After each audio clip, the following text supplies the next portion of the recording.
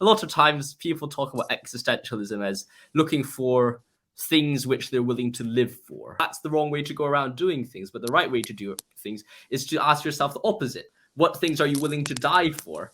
And I was just thinking about this, and I was like, it does seem to make initial sense, in the sense of when you're thinking about life, right? You go through life, you either at work or at whatnot.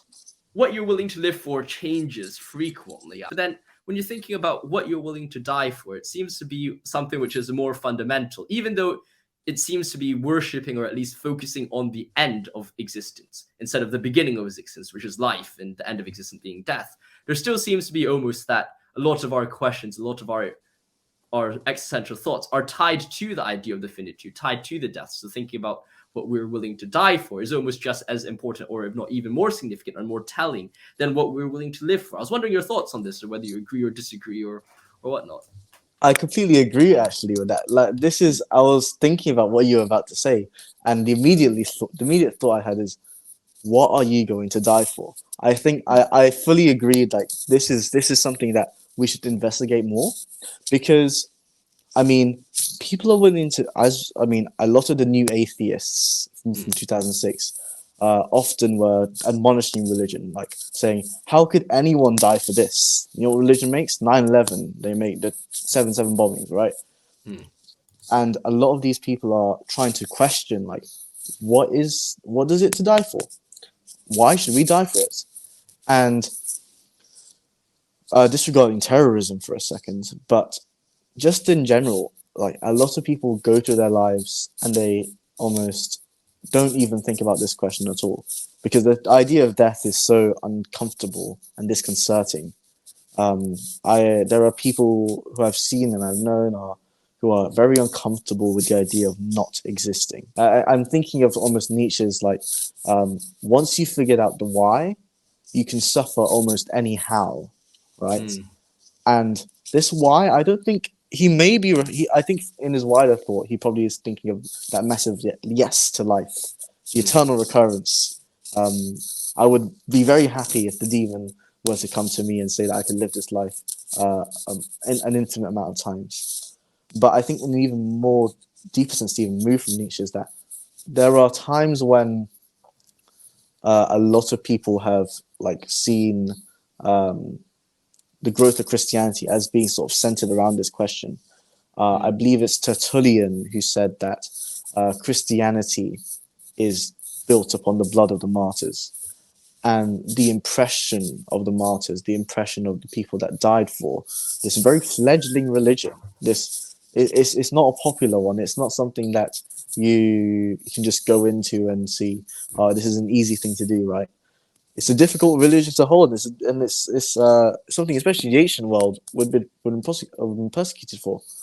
But these people still were willing to die for it. But I think that there's definitely something to analyze in much further detail that I think some people, at least maybe haven't read it, we haven't seen yet, but some people haven't addressed it fully enough yet. I definitely agree with that, and I think finding what you're willing to die for is something which comes along once in a blue moon. I don't think people go through life and are like, okay, I'll die for this, that, exactly. and give you a list of like 10 or 12 things.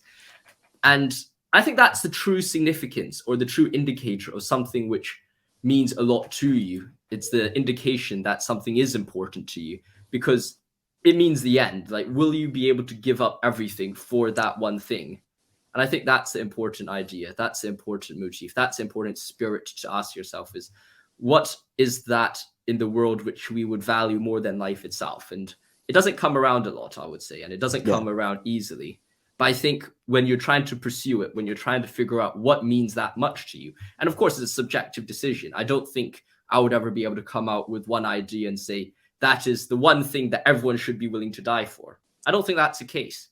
But at the same time, it is something that when you truly come across it, only you will know, and only you will be able to justify what it is and what it means to you. And I think that is the significance of what are you willing to die for? And that is how it keeps us going and keeps us thinking. And when you do find that purpose, then, well, I think it'll be wonderful. I think there is that peace which comes to it when you're saying, well, I am so perfectly in love with that one thing, or so perfectly at peace, or have so much admiration for that one thing, which you you're able to do everything for it. And I think that's a very beautiful sentiment or state of being to be in. And of course, it could bring great sadness, but at the same time, it brings great peace. And I think it's the constant wrestling between those two ideas which makes all the difference, I suppose.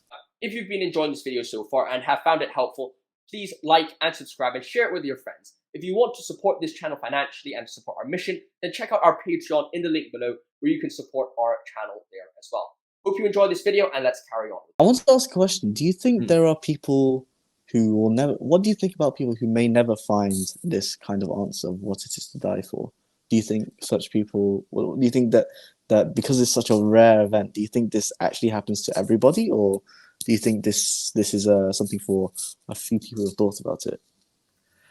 I think it's something that everyone has the chance to experience. And I'll word it like that just because I would say not everyone will experience it, but I think everyone can experience it if they're willing to open up their hearts to a certain degree of love and of affiliation and of affinity to certain people or certain ideas.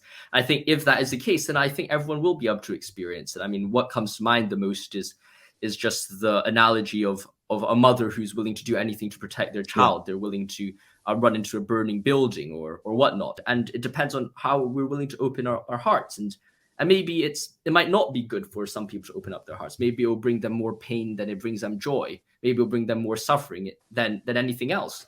But at the same time, I think it really depends on that state of yourself being open to the potential of you finding that love. Because I think once you find it, it's impossible to get it out of you. It's impossible to fight against it. And it's something which is so powerful that when you are in face of it, there's nothing more you can do than just say, well, I'm here. The Lord is good that he's given it to me. And if this is a cross I must carry, then it's a cross I must carry, you know. And I suppose it ends off with the Sisyphean idea, where it's something like, I imagine Sisyphus happy, even though he's pushing up that rock every day up the hill. And I suppose it's not exactly the same, but that sentiment, that mode of existence, that feeling, I think is similar. And I would say that's perhaps the answer or the idea to that question.